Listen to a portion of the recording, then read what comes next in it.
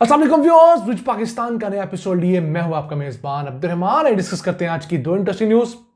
पाकिस्तान ने अपना पहला खुद डिजाइन करदा और तैयार करदा जंगी बहरी जहाज बनाने का ऐलान किया है।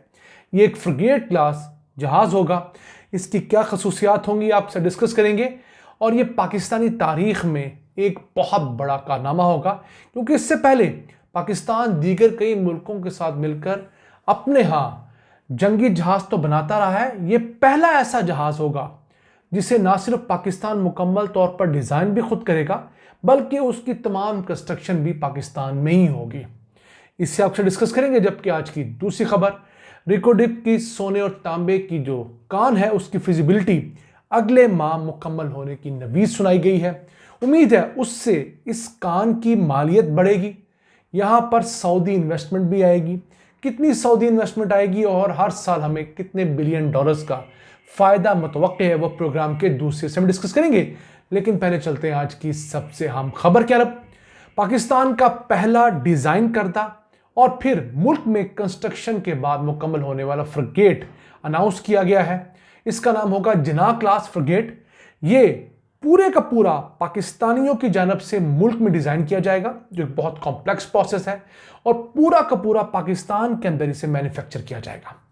ये ना सिर्फ पानी के ऊपर जंग के काबिल होगा, ये सबमरीन्स यानी आबदोजों के खिलाफ भी कारगर होगा और एयर डिफेंस में भी ये अहम किरदार अदा करेगा। इसकी एक्सपेक्टेड लेंथ जो है वो 100 से 150 मीटर तवील होगी। चौड़ाई इसकी जो है वो तकरीबन कोई 15 मीटर चौड़ी होगी। और वजन की बात करें तो ये 2000 से 4000 टन वजनी होगा। इस पर मुख्तलिफ किस्म की मशीन गन्स नस्ब की जाएंगी, फिर मिसाइल्स, मुख्तलिफ किस्म के टॉर्पीडोज, एंटी शिप मिसाइल, ये तमाम एमुनिशन इसके ऊपर मौजूद होगा। याद रहे, इससे पहले पाकिस्तान इस वक्त 2 जंगी बहरी जहाज इसी फ्रिगेट क्लास के वो तुर्की की मदद से पाकिस्तान में बना रहा है। Karachi ship and engineering works के अंदर 2 जहाज बन रहे, एक पीएनएस तारक और पीएनएस बदर। बेसिकली पाकिस्तान ने 4 जंगी जहाज बनाने का मुआहदा किया था तुर्की के साथ। उनमें से 2 तुर्की के अंदर इस्तांबुल में बनने थे, एक बाबर बनकर पाकिस्तान को मिल चुका है, दूसरा खैबर वहां पर अंडर कंस्ट्रक्शन है। जबकि पीएनएस तारक और पीएनएस बदर ये इस वक्त पाकिस्तान में अंडर कंस्ट्रक्शन है। उम्मीद है अगले साल 2025 में ये नेवी के हवाले भी कर दिए जाएंगे। तो इसी Karachi ship and engineering works के अंदर ये नई जिना क्लास फ्रिगेट बनेगी। बेसिकली ये इदारा पाकिस्तान के एक स्ट्रेटेजिक एसेट है। पाकिस्तान नेवी के लिए ना सिर्फ इसने सबमरीन्स बनाई हैं, बल्कि जहाज, उनकी रिपेयर और बहुत सारे दीगर ये अमूर सर अंजाम देता है।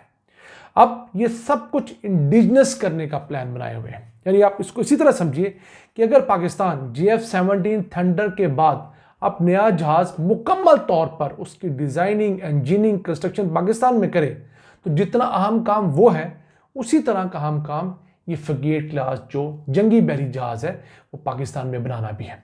अब इस क्लास के जो जहाज होते हैं ये लॉन्ग रेंज पेट्रोल के काम आते हैं, ताकि पूरे इलाके में नजर रखी जा सके। फिर बड़े जहाज जो होते हैं उनको एस्कॉर्ट करने के भी ये काम आते हैं। और इन जहाज़ों को बनाने के लिए बहुत हाई लेवल की प्रिसीजन इंजीनियरिंग चाहिए होती है।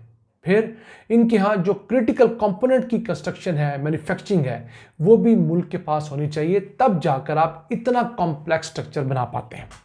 तो खुशी की बात यह है कि अगर हम इस तरह के कॉम्प्लेक्स स्ट्रक्चर्स में जाएंगे तो इन जहाज़ों के साथ साथ और बहुत सारी अलाइड इंडस्ट्रीज हैं जो पाकिस्तान में इनडायरेक्टली पनप रही हैं। और आहिस्ता आहिस्ता एक वक्त आता है कि आप ना सिर्फ जंगी जहाज बनाते हैं, बल्कि आप बड़े बड़े मर्चेंट नेवी के जो सामान की तरसील के लिए बड़े बड़े टैंकर्स होते हैं, जहाज होते हैं, उनको कंस्ट्रक्ट करने लगते हैं, उनकी रिपेयर आपके यहाँ होने लगती हैं और आप बिलियंस ऑफ डॉलर्स सालाना बना पाते हैं, बचा पाते हैं। आइए चलते हैं आज की दूसरी अहम खबर की तरफ। रिकोडिक गोल्ड एंड कॉपर माइन की फिजिबिलिटी स्टडी अगले माह जनवरी 2025 में मुकम्मल होने की नवीद सुनाई गई है।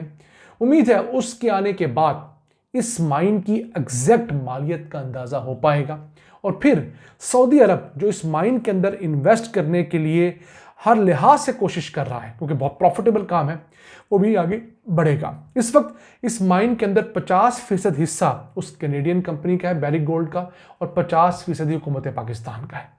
तो सऊदीया पाकिस्तान से 50 में से 15% हिस्सा लेना चाहता है। क्यों?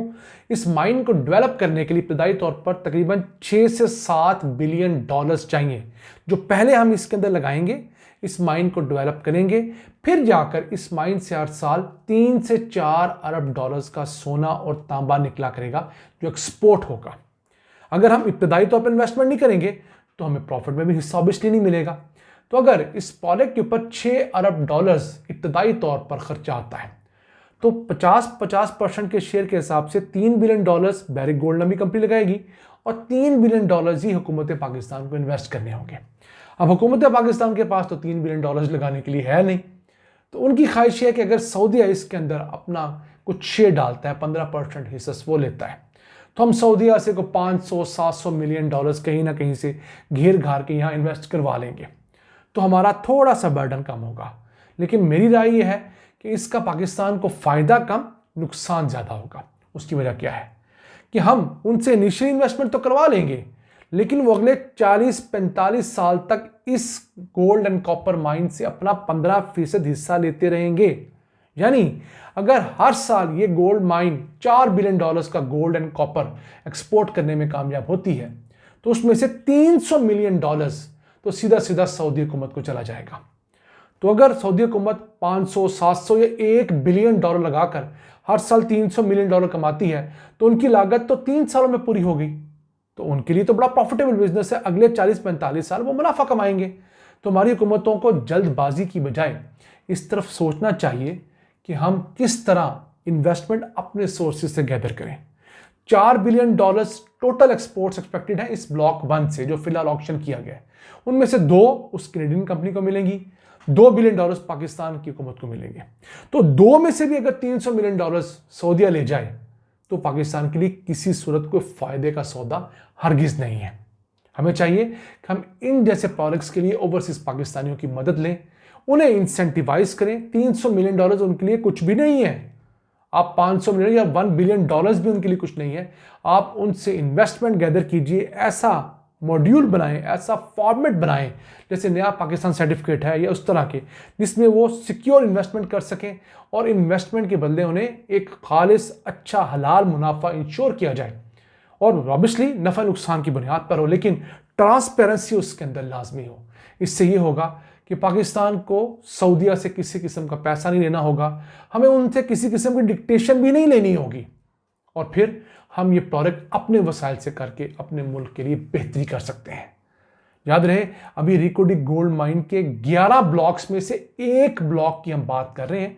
10 ब्लॉक हमने फ्यूचर में अभी ऑक्शन करने हैं, जो पाकिस्तान को वाकईतन तरक्की के रास्ते में डाल सकते हैं, और हमारी गोल्ड एंड कॉपर की जो एक्सपोर्ट्स हैं वो सालाना 30 से 40 बिलियन डॉलर्स कर सकते हैं। लेकिन ये अगले 10 से 15 साल में ही मुमकिन हो पाएगा।